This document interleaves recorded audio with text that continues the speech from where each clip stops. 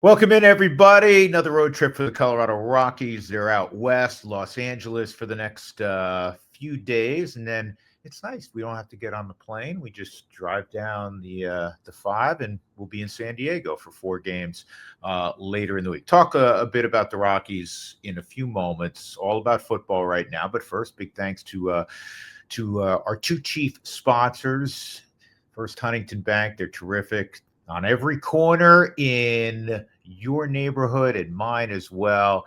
And they really make banking easy. They make it efficient. And they have a lot of different programs that I think you're going to like, where you get to hold on to your money and see it grow faster. And they have a lot of incentives for students as well. So that's Huntington Bank.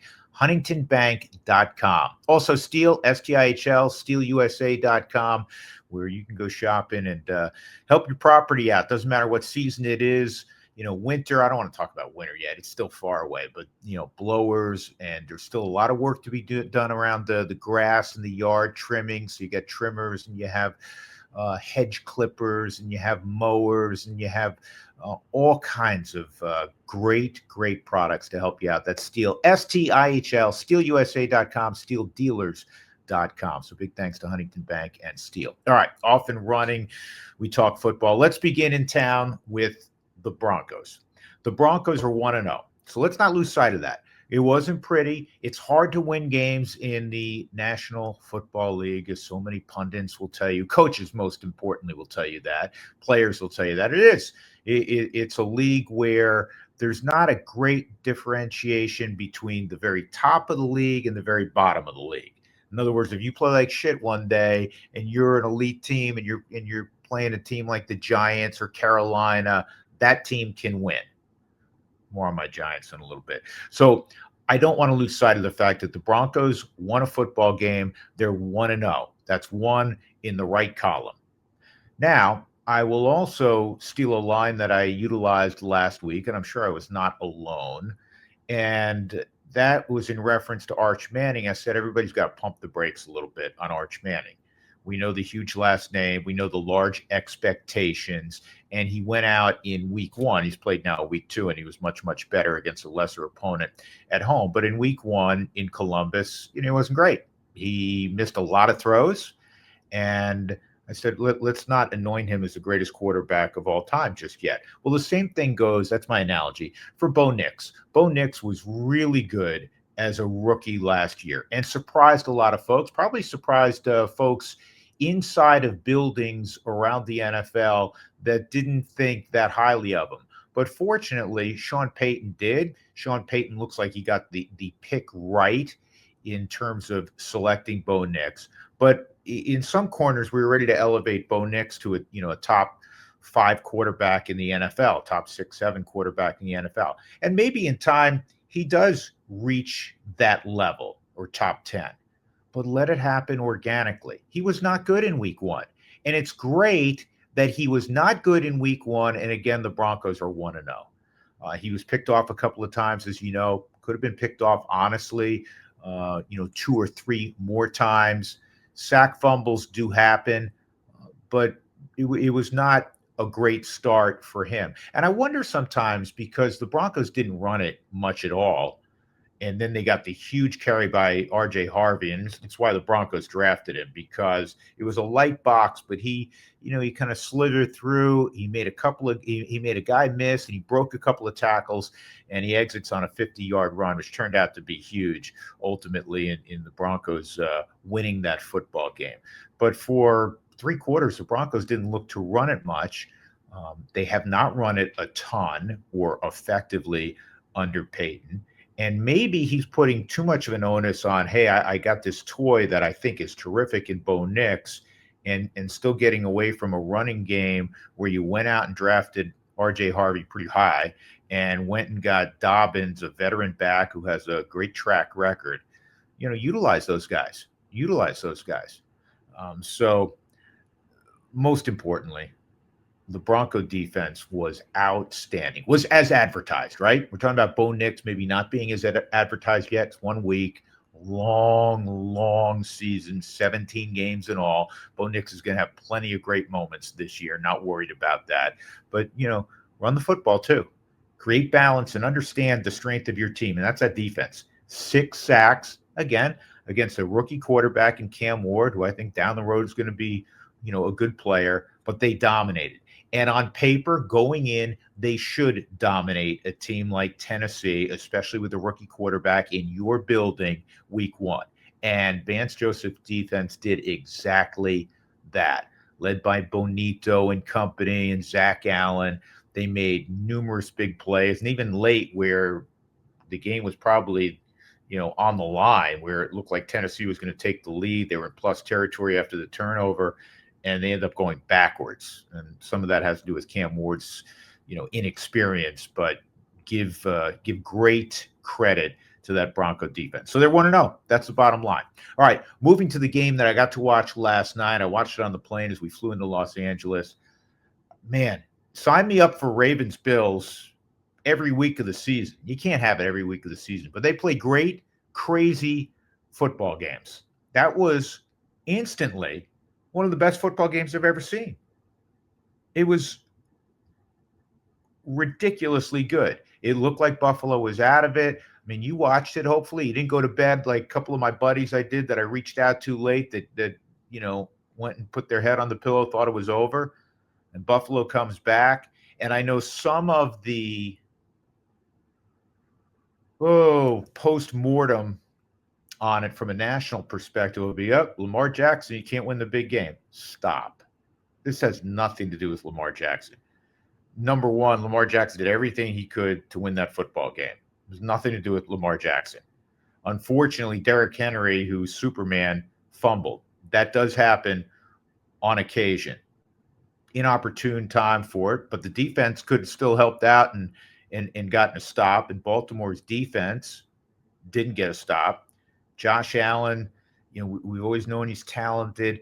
I mean, he's just so darn good, keeps making plays, and, ultimately turns into a 41-40 win for Buffalo. Great friggin' game. Has nothing to do with Lamar Jackson. Lamar Jackson, that scramble where it looked like he was going to get sacked for about a 15, 18, 20-yard loss, and then he escaped somehow, and I think, okay, he's going to throw it away, and and they're going to punt the football. Somehow he then turns that into like a 20-yard gain to turn a third and super long into a first down. One of the great scramble runs I've ever seen in a game that had so many great plays. And, of course, good fortune also for Buffalo because Allen's pass gets tipped in the end zone on 4th down and miraculously lands in one of his receivers' hands. But from a sheer entertainment standpoint, that's why we love football, man. It is why we love football, and especially the NFL. Because there were a lot of games that didn't have a lot of scoring this past week. But the featured game,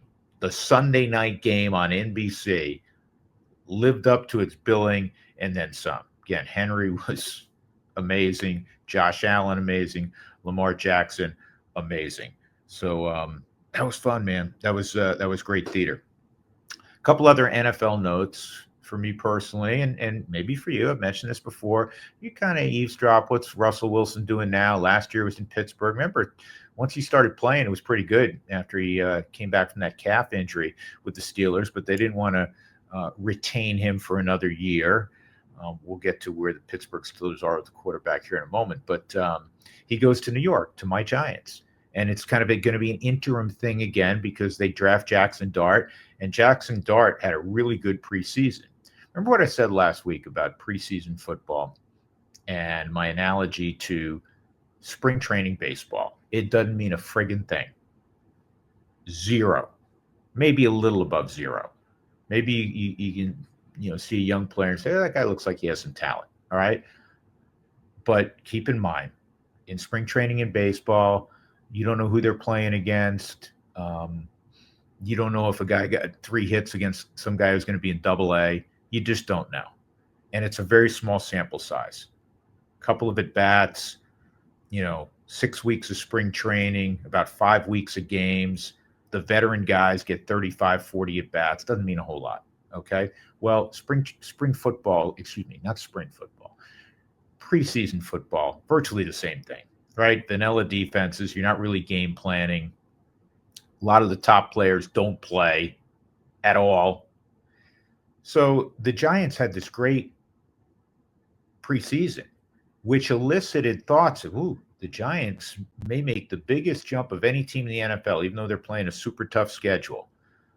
They're much better on defense. They have some more pieces now on offense. They scored over 100 points in 3 preseason games, gave up just 47. I mean, they had this great preseason. Well, Russell Wilson, who played a little bit in preseason, he came out and he went, I think it was 17 for 37, less than 50%. Now, if you're under 63, 64% now in the NFL, not great, right? Not great. And their offensive line continues to be a mess. Anyhow, they lose 21-6 to Washington. I was disappointed. It looked more like the crap I was watching the last several years than a team that looked like they were going to make a big stride. But this is week 1. This is all about overreaction. And so, as I said, pump the brakes on everything, good and bad. Though I will tell you that the Ravens are great and the Bills will be great. I don't know how great the defenses are, but they're going to be there in the end. Segueing. Oh, no, I can't segue yet. I got to mention Aaron Rodgers. Aaron Rodgers. 4 touchdown passes, no interceptions for Pittsburgh.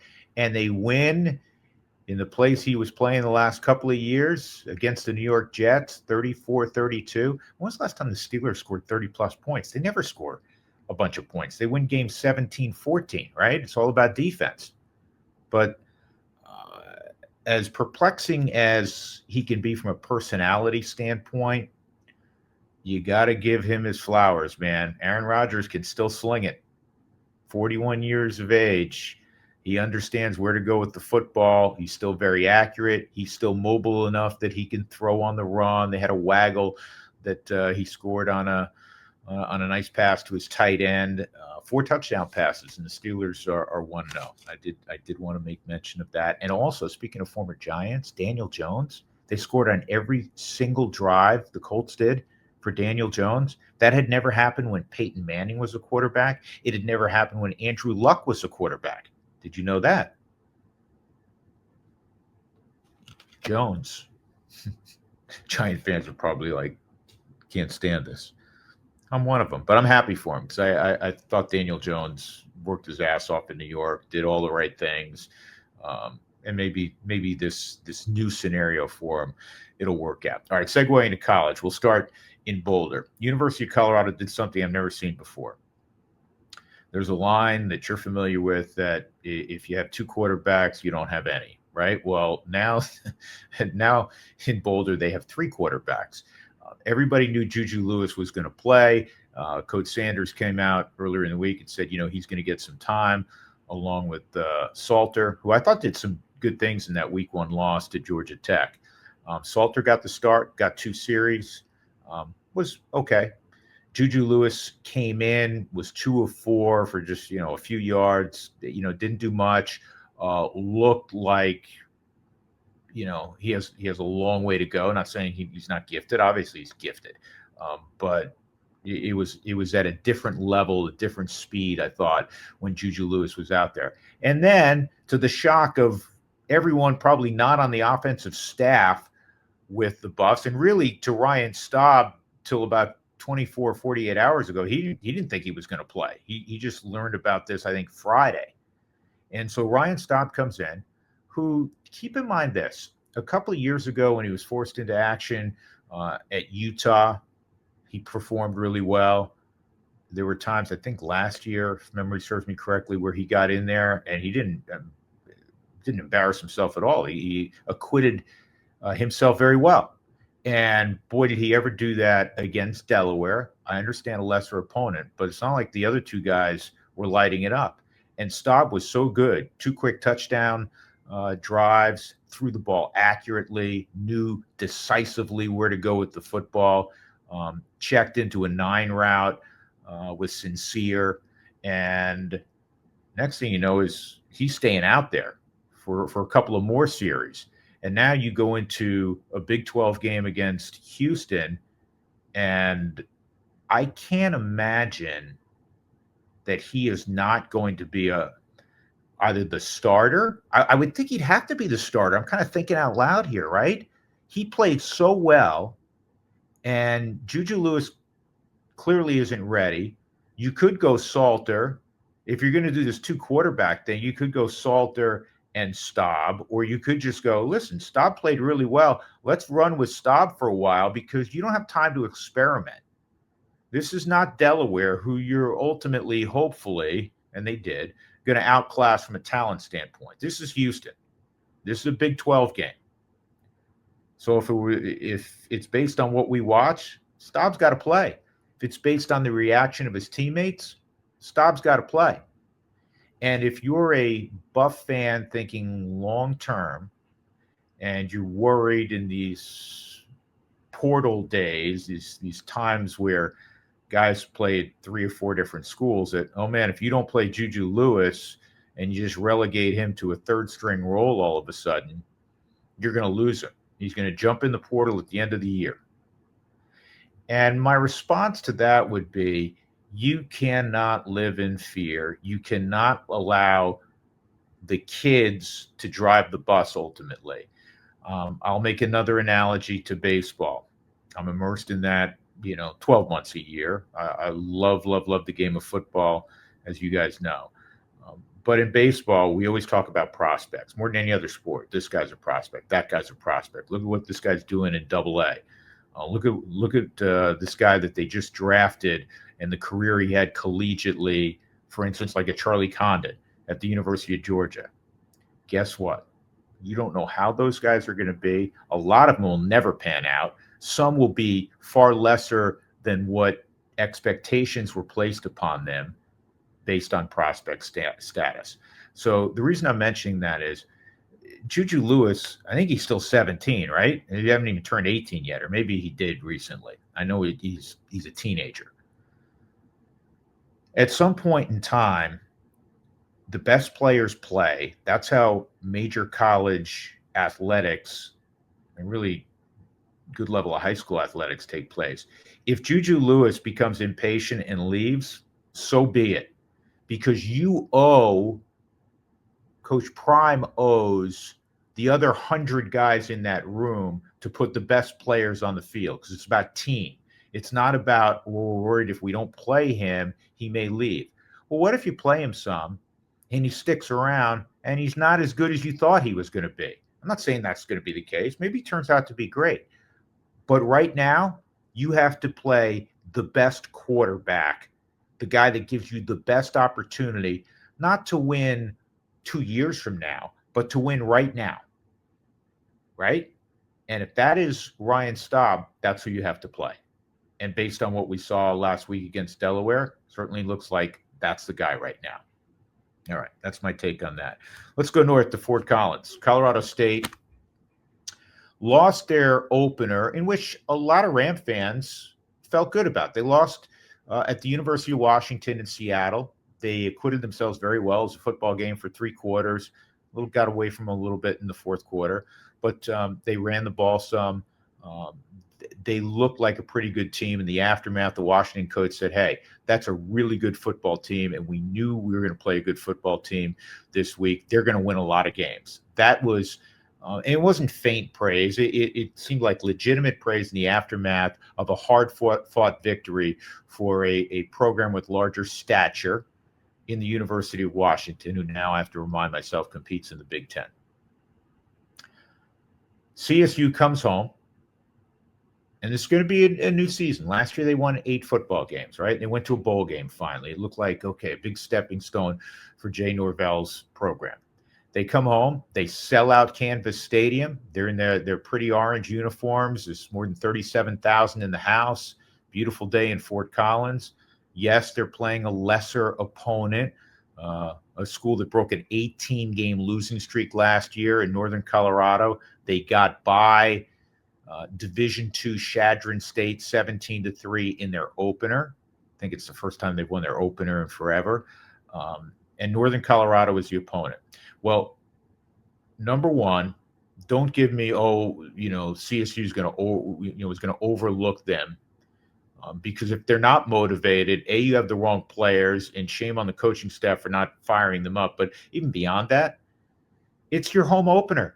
you run out of the tunnel, and every seat is got a body in it. It's a gorgeous day. The season's getting underway. You're 0-1. You have a chance to really take care of business and do it in front of a great home crowd early in September. The whole thing's just beginning, right? So, I mean, if you're not motivated, I mean, I don't get that. To play as they did, as horrifically as they played,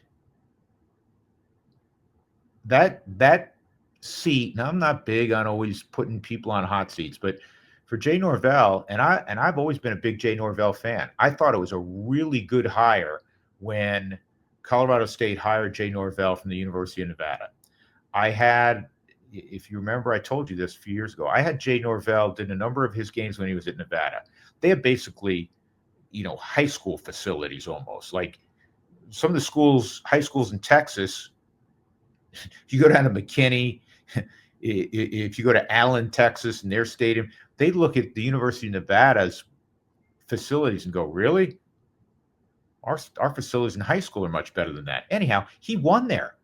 And he was producing some guys that, were in the NFL. So I was like, man, if he can do it with those facilities, now he's getting Colorado State's facilities, which are terrific, in Fort Collins. And so far, yeah, it hadn't been good. And now they're barely 1-1. They should have lost to Northern Colorado. I saw a new video today that maybe the kid didn't make the catch. Based on the video that I saw in real time on Saturday night, that UNC kid sure as heck looked like he caught the football, and then UNC wins. So the win felt like a monumental loss. I did follow some things on social media. Ram fans are irate. I don't like to historically get after college athletes, but guess what? It's a little bit different now. College athletes are paid. This isn't even semi-pro football. It's minor league football, and because there's NIL at virtually every level. And obviously, there's a whole lot more if you play at Texas or Ohio State or Georgia. But for Nicolosi, the quarterback, BFN at Colorado State, he's been a 3-year starter. And I remember seeing what I thought was a breakout game from a couple of years ago at the University of Colorado, Coach Prime's first season, where CSU woulda, coulda, shoulda won that game. They ultimately lose it in overtime. And he looked terrific. I haven't seen him look like that since then. I see a guy that too often throws off his back foot, too often is wildly inaccurate. I think he was, like 5 for 12 pretty deep into that game or in the first half. Colorado State's shut out at home in front of that huge crowd, 10-0. Some of this falls on him, and then it falls on your head coach, because have you not been able to recruit another quarterback or another couple of quarterbacks that can push BFN? It's his third year, and he hasn't progressed. So that's, an indictment, unfortunately, on the young man. It's an indictment on the coaching staff. And here's something else. Last year, we were told the reason Colorado State is running the football as frequently as they are and had abandoned the air raid offense. They had Coach Mummy, and that's what he's known for historically. And we're going to recruit big wide receivers, and we're going to throw it all over the lot. That's what we heard from Jay Norvell when he arrived from Reno. Well, they've completely moved away from that, and at first it was because Troy Horton got hurt last year. He's now in the NFL. I know the Seattle Seahawks like him a lot as a wideout. He's returning punts for them. You can't lose one guy and all of a sudden change your identity of who you want to be, because I assume you're going out and recruiting other wide receivers. And I see some of their recruits, and they seem to be really well thought of, big wideouts. You should be able to attract other quarterbacks. Hey, we're going to throw it all over the lot. That hasn't happened, and they don't run it great. They ran it decently with Dupree in week 1 and a little bit early in the game in week 2, but they don't score. So, I mean, if you're a Ram fan, maddening. And the seat, it's college athletics, and guys are paid a lot of money. They need a massive turnaround up there, Because keep in mind also, I was thrilled they won 8 games last year and really happy because I always loved the Rams. Really happy that they went to a bowl game. But let's be honest. Anybody that's followed Mountain West football, and I've, in the past done a ton of the games in that conference for several years. That's the worst Mountain West conference outside of Boise State and UNLV a year ago that I've seen. Air Force, the rivals. Air Force had, its first down year in a long time. Wyoming, really down. They've been hurt as much as any school by the modern times of the portal and NIL. Conference stunk outside of a couple of teams, the aforementioned teams. And so CSU took advantage. They weren't blowing teams out, but they managed to win enough games where, the record was pretty solid. Really disappointing in anybody who wears green and gold has to feel the same way. All right. I want to mention a couple of more things. Let's talk baseball. Rockies had that little get-together. Kyle Freeland gives up a 2-run home run to Rafael Devers with the Giants and takes several strides toward him. He's yelling at him because he thought Devers took too long to start to, make his way around the bases. And you saw the video. You've seen what happened. And both teams get together and they dance a little bit. Freeland ends up getting thrown out. Felt bad about it after. Felt bad about it after sleeping on it. Said, I let my team down. The bullpen had to pick up literally 9 outs because there was 2 hitters in. He hadn't gotten anybody out. And he came back 2 days later, to his credit, and threw one of the 2 best games he's thrown as a big leaguer. He's been around a while, better part of a decade, and he's had moments. Remember 2017, his debut at home against the Dodgers where he shoved. He had the near no-hitter against the Chicago White Sox where it was broken up with 1 out in the 9th inning by Melky Cabrera, soft liner to left. He was brilliant on Friday. I mean, he threw the ball exceptionally well against San Diego, threw 8 innings of 2-hit shutout baseball and struck out 10. And Kyle Freeland's not a big strikeout guy. I would have liked to, because there's only 88 pitches, and I suspect Kyle would have as well, see him go out there for the 9th inning and have an opportunity to throw a CG shutout. But it was one of the great pitching performances in the history of the Rockies, the history of Coors Field. So good for Kyle, bouncing back, and 2 days later, as bad as he felt in the aftermath of what occurred against the Giants, he did what you hope guys do, and that is, show as opposed to, just talk about it. And, that's who he is, tough guy. And you have to be a tough guy to pitch half your games at Coors Field, especially if you've been doing it for as long as he has. So I thought it would be apropos to catch up with Kyle Freeland and talk to him a little bit about recent times. It's been a wild week for you. Let's talk about the performance on the mound, first of all. That 8 innings of shutout baseball, 2 hits, 10 punch-outs. I've seen every one of your starts. And you had a no-no against the White Sox. Which one was better? I mean, it was. I'm telling you, from watching, it was that close in my mind. I think from a strictly efficiency and feel aspect of myself and my pitches and how everything was working, the start the other night was as smooth as you can go. The near no-hitter was one of those starts where it felt really bad in my bullpen.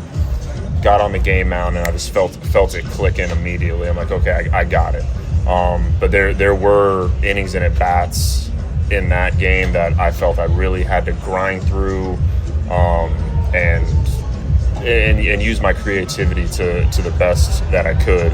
Where the other night it was just kind of like get the ball and just keep on going, stay right in that rhythm, and pound the strike zone, getting strike 1, putting guys away quick contact outs.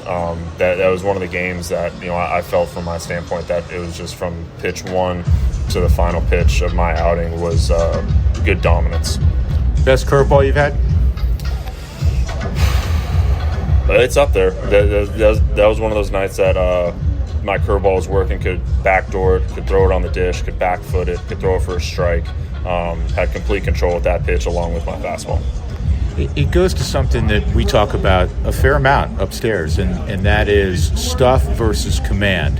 And there are guys with great stuff that don't get a lot of guys out because of command. For you, historically, you're going to get weak contact, but command has to be at the top of the food chain, right? Very much so.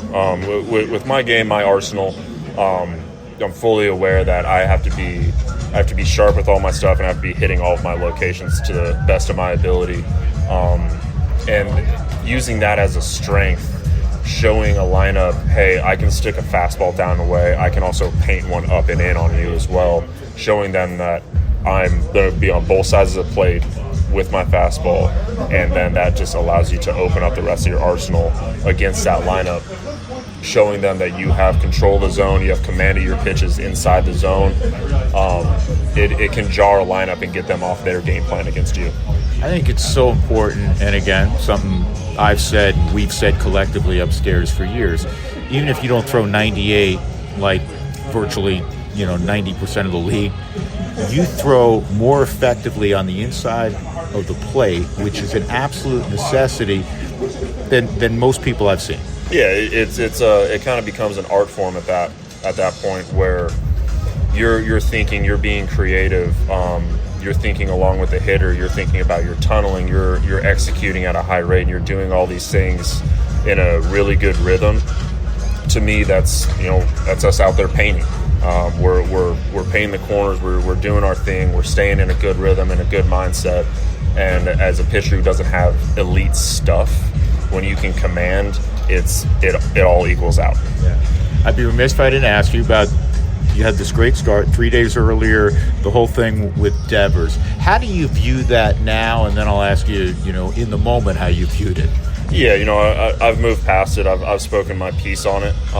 It was one of those situations that I think emotions obviously got involved on both sides, and it happens in the game.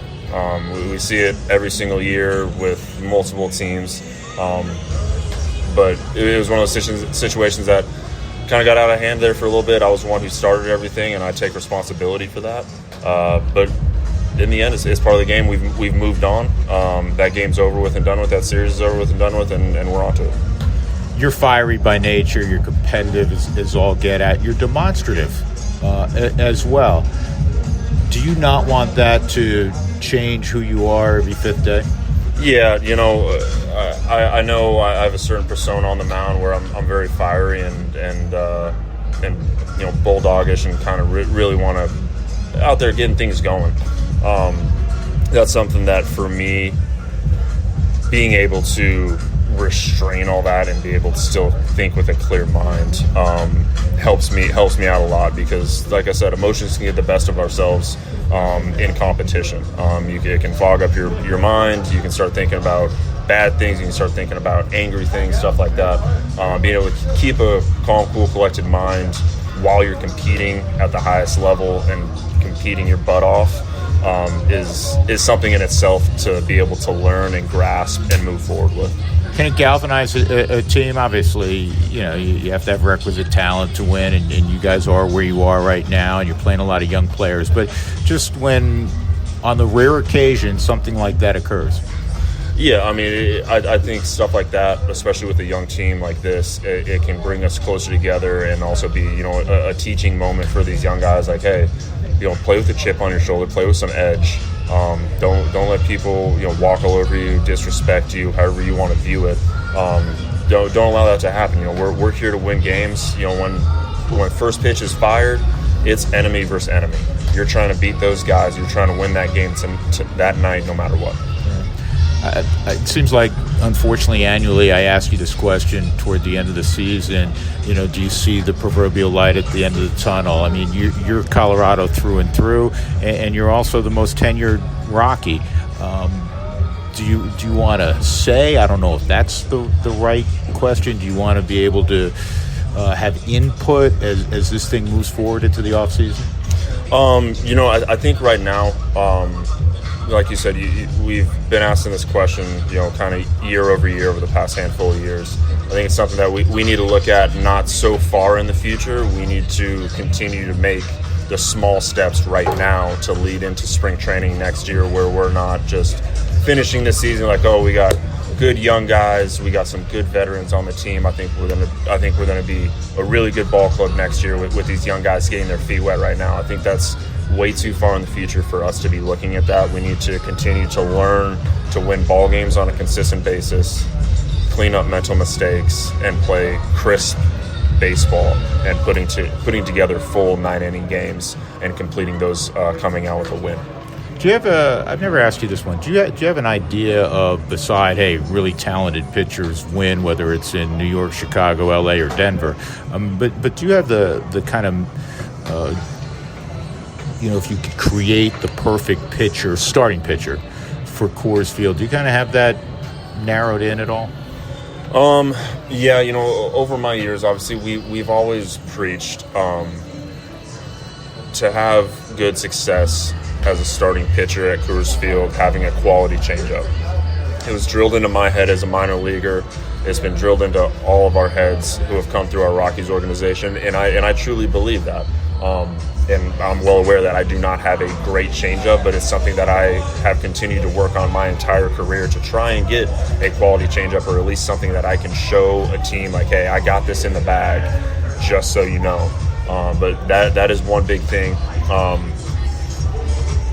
A pitcher that is very good at missing barrels, just because of the size of our ballpark, second largest square footage outfield behind Kansas City in the league.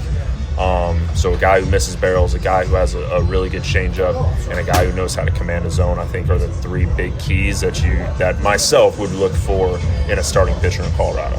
Last one. We're in LA. You're going to pitch in on the West Coast. Is this a place that gets your juice is always flowing on your start day, but is this one of those special places, special environments? Yeah, it's cool here. I know this place, can sometimes get not the greatest rep, but I think it's a blast pitching here. You got the two towers of speakers that you can hear all the way in San Diego. The crowd is always electric here. They're always damn near selling out the place. You're always playing a great ball club on the other side. It's a fun place to come. One of the older venues in baseball. Beautiful place to come play baseball and compete. Good luck the rest of the way, man. Appreciate it. As always, big thanks to Kyle Freeland. He's a great competitor, and I was thrilled to see him have the kind of success he did in that bounce-back performance in this most difficult of seasons, as he did against the San Diego Padres. Hey, U.S. Open was great. Sinner Alcaraz, great. Alcaraz prevailing, and Sabalenka won again at the U.S. Open. I love the U.S. Open, man. Love tennis. In fact, next year, the Rockies are playing the Yankees with a day off in New York during the U.S. Open. So on that day off, in case you were wondering, that's where I will be on the day off. Y'all take care. We'll do it again soon. Be well. Talk to you.